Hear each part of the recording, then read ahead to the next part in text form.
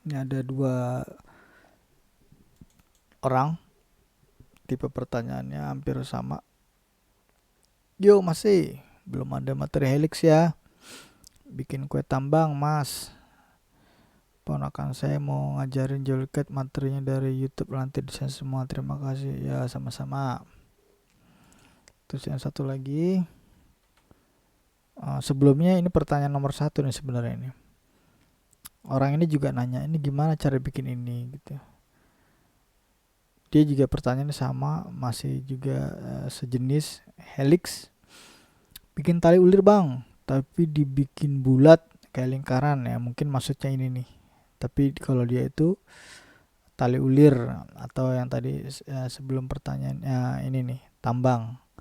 Tambang dia dibilangnya tali ulir. Cuman kalau ini hanya bikin tambang aja. Kalau ini tambangnya dibuat kayak lingkaran.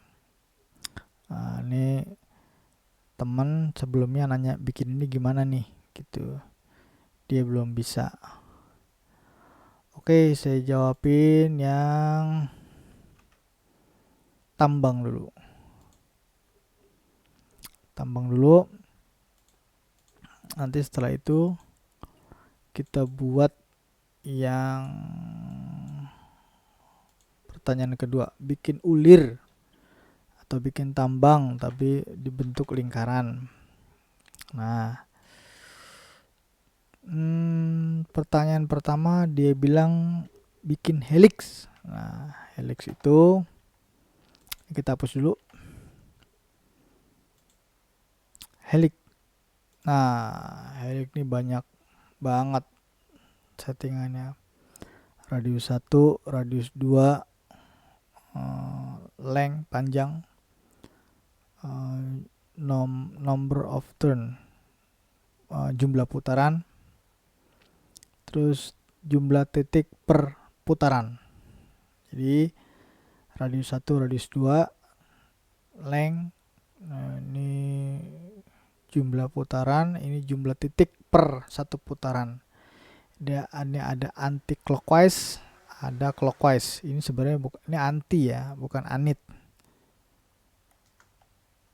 Itu zoom. Nah, ini sebenarnya anti nih, anti clockwise, clockwise. Ini searah jarum jam, ini kebalikan dari arah jarum jam. Oke, kita jawab yang helix. Kita isi setiap part ini, saya jelasin nanti biar nggak bingung. Radius ini 0, kita kasih aja 5. Ini 10, biarin aja. Yang lain biarin aja. Ini radiusnya yang kita rubah radius 0 aja, 5 tuh. Dah, ini udah hasilnya udah ada. Hasilnya udah ada, tinggal menjabarkan antara input di sini dengan output yang keluar. 5, 10 anti clockwise. Kita lihat anti clockwise artinya 0, 1, 2, 3, 4, 5, 6. Ini kan ini kan berputarnya kebalikan arah jarum jam ya. Kebalikan arah dari jarum jam. Nah, kalau kita pakai yang ini, kita minggirin dulu nih. Kita minggirin dulu. Terus curve helix.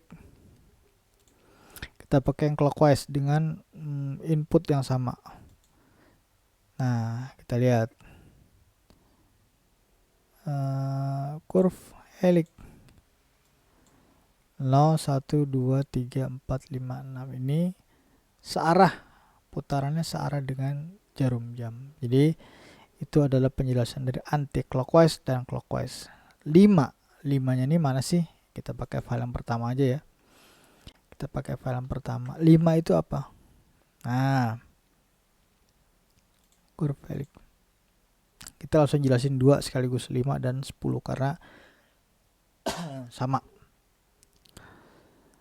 Radius. Nah, di JOLCAT sendiri kan kalau kita bikin lingkaran itu kan bacanya pilihan pertama ada diameter, kedua ada radius. radius adalah setengah dari diameter. Ingat, radius adalah setengah dari diameter. Nah, itu dulu yang perlu diingat. Kita lihat lagi di sini setting 5. 5 itu mana sih? Nah, 5 itu nilainya ini. 5 mili. 5 mili terus radius 2 10 mili. 5 mili itu ini 0 sampai 5. Ya. 0 sampai titik terakhir di 10. Kalau misalnya yang 10 kita ganti jadi 20. Nah, kurve helix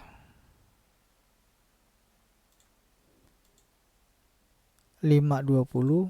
Nah, 5 berakhir di 20. Jadi ini adalah satu grid. Ini di pelajaran awal udah pernah saya kasih tahu bahwa satu grid itu nilainya 10 mili.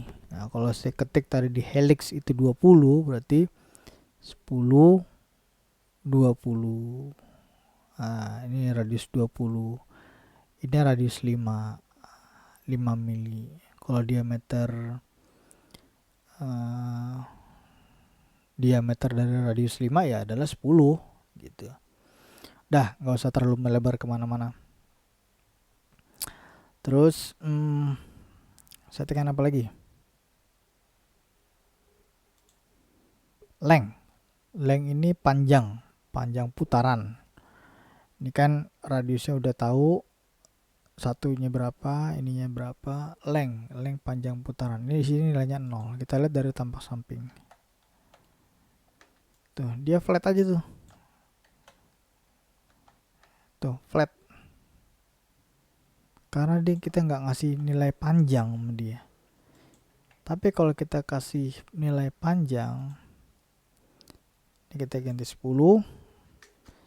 Kita kasih nilai panjang di sini katakanlah 50, langsung panjang. Hasilnya kayak gimana? Dari samping. Tuh. 50 nih. Tampak depan, tampak samping ini 10, 20, 30, 40, 50. Ya. 50. Ini untuk length panjang, pengaturan panjang. Ini hapus lagi.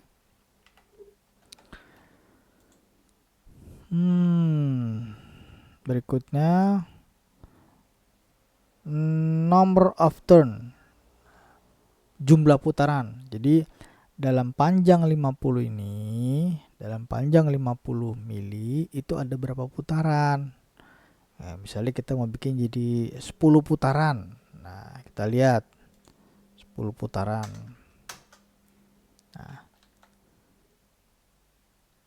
0 sampai sini 5 nilainya 1 putaran. Artinya dari titik awal ke titik akhir ini, yang di sini, ini kan kalau 5 dibalikin ke sini kan artinya jadi bentuk lingkaran nih. Misalnya dari 5 titik 5 nih, 6 ya. Titik 6 ini seandainya dijadiin 1 ke sini. Nih, gini deh. Langsung aja kita potong. Kita potong. Ini kita hapus. Seandainya 5 dijadiin ke sini. Nanti kan jadi satu lingkaran. Ya. Anggaplah ini lingkaran itu. Satu lingkaran. Jadi satu lingkaran itu adalah dari 0 di sumbu X sampai ke 6 di sumbu X. Itu namanya satu putaran. Kita lihat tadi settingannya ada berapa putaran gitu ya. 10 ya kalau nggak salah. Helix 10 putaran. Kita hitung. 1 2 3 4 ini 5 6 7 8 9 10. Nah, ini dari 24 ini berapa? 54 ya. Dari sini 10. Nah, itu untuk hasil dari settingan kita di angka 10.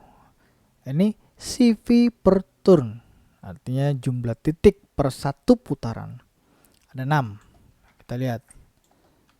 1, 2, ini 0, 1, 2, 3, 4, 5, 6. Nah, ini mereka hitung dari 0. 0, 1, 2, 3, 4, 5, 6. Kalau kita hitung 1 dari 0 ini 1, 2, 3, 4, 5, 6, 7. Tapi Jellcat itu ini 0 ini nggak dihitung. 1, 2, 3, 4, 5, 6 gitu. Jadi setting helix di sini 6 adalah 6 titik. Sekarang kita rubah, setelah mendapatkan penjelasan kita rubah dengan nilai yang baru. Ini kita hapus. Curve helix. Ini kita samain radius 10, lengthnya kita kurangin jadi 40.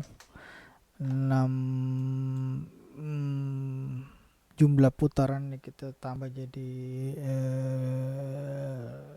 12 mungkin. CV-nya kita ganti per satu putaran itu ini 6. Kita kasih dia 10, 8. Nah, kita lihat. Ya. Kita lihat dia punya radius yang awal sama akhir tuh sama nilainya, karena tadi saya samain nilainya nih. Nah, nilainya saya samain. Length panjang 40. Kita lihat ada berapa kotak. Kalau satu kotak itu 10, berarti ada 4 kotak. 1, 2, 3, 4. Itu untuk length panjangnya. Terus lalu number of turn 12. Ada 12 putaran. Ini 1 dan seterusnya. Kita hitung aja deh ininya nih, pucuk ini. 1, 2, 3, 4, 5, 6, 7, 8, 9, 10, 11, 12. Itu settingan dari helix yang number of turn. Jadi ada 12 putaran. Setiap putaran memiliki 8 titik. Kita lihat. 0 nggak dihitung kan? 0 nggak dihitung, kita patahin dulu nih di sini. Nah, ini kita buang. 0 nggak dihitung. Terus kita helixnya itu ada 8. 1, 2, 3, 4, 5, 6, 7, 8. Ya. Jadi saya rasa pertanyaan ini untuk yang helix udah terjawab bagaimana dia punya aturan di Jellcat-nya. Lalu kita cara bikin kue tambang. Cara bikin kue tambang masih. Oke. Ini langsung saya gabung di sini. Pertanyaannya ini filenya kita kasih yang baru. Nah, ini helix sudah selesai ya. Sekarang kita bikin kue tambang.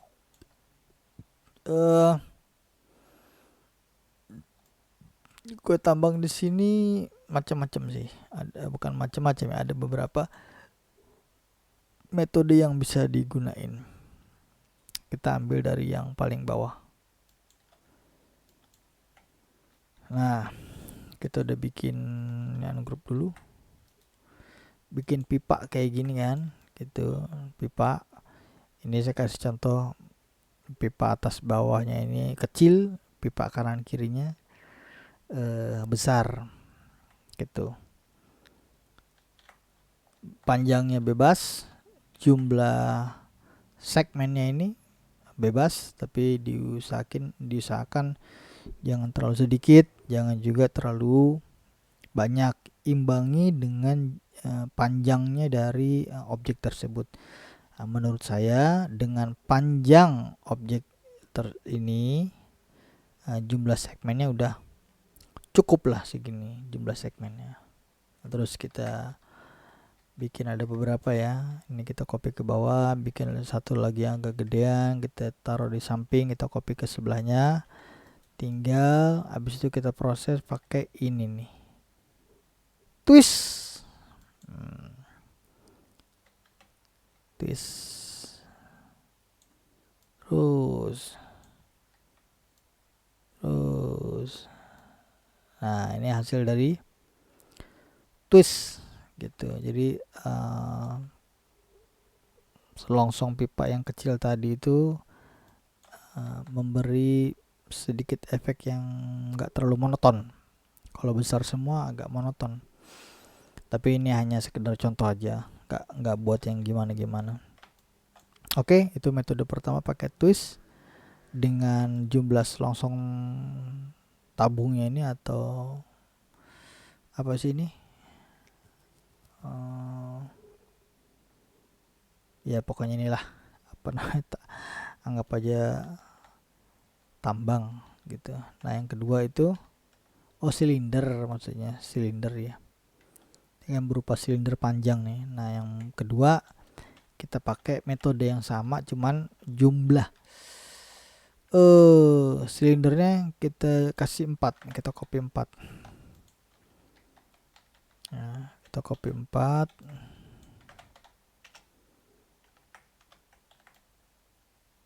Nah, terus baru pakai lagi twist.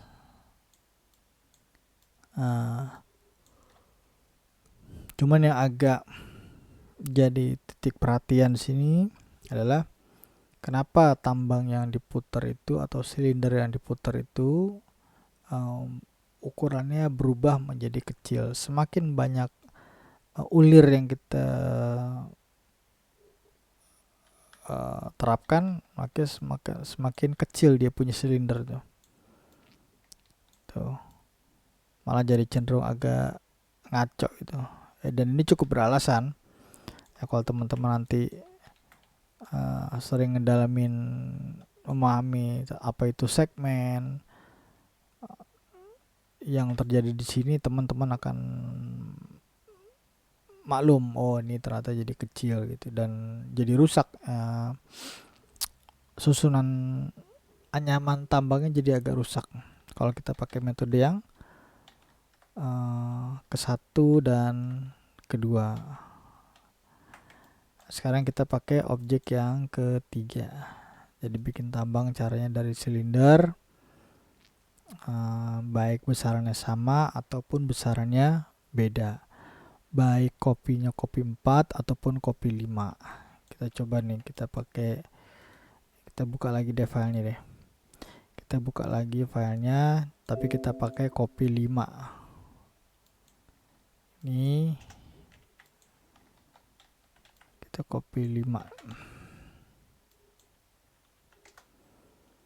Nah, kita twist, kita bagi lagi di segmen ini. Nambahkan segmennya, kita twist tuh. Jadi berapapun anyaman awalnya itu ada berapa silinder atau berapa tambang, ya hasilnya dieksplor aja lah, dieksplor tentang cara bikin tambang itu dari metode twist. Nah, metode twist ini kan yang pertama dan yang kedua. Yang ketiga kan belum kita coba. Nah, ini mode ketiga. Kita taruh di sini, terus segmennya kita bagi menjadi misalnya 40. Nah, 40 kita boleh taruh di tambang itu kan terdiri dari nggak mungkin 1 kan, katakanlah minimal 2. Kita copy ke bawah, kita pakai twist. Nah, ini kan belum menjadi objek 3D, masih hanya garis. Ini jadinya helix ini. Jadinya settingan helix. Cuman kita pakai twist. Nah, di sini kita kasih berapa besaran diameter dari si pipanya atau silindernya. Katakanlah 2. Nah, 2 tuh hasilnya gini. Tuh. Kalau misalnya silindernya kita ganti jadi 1.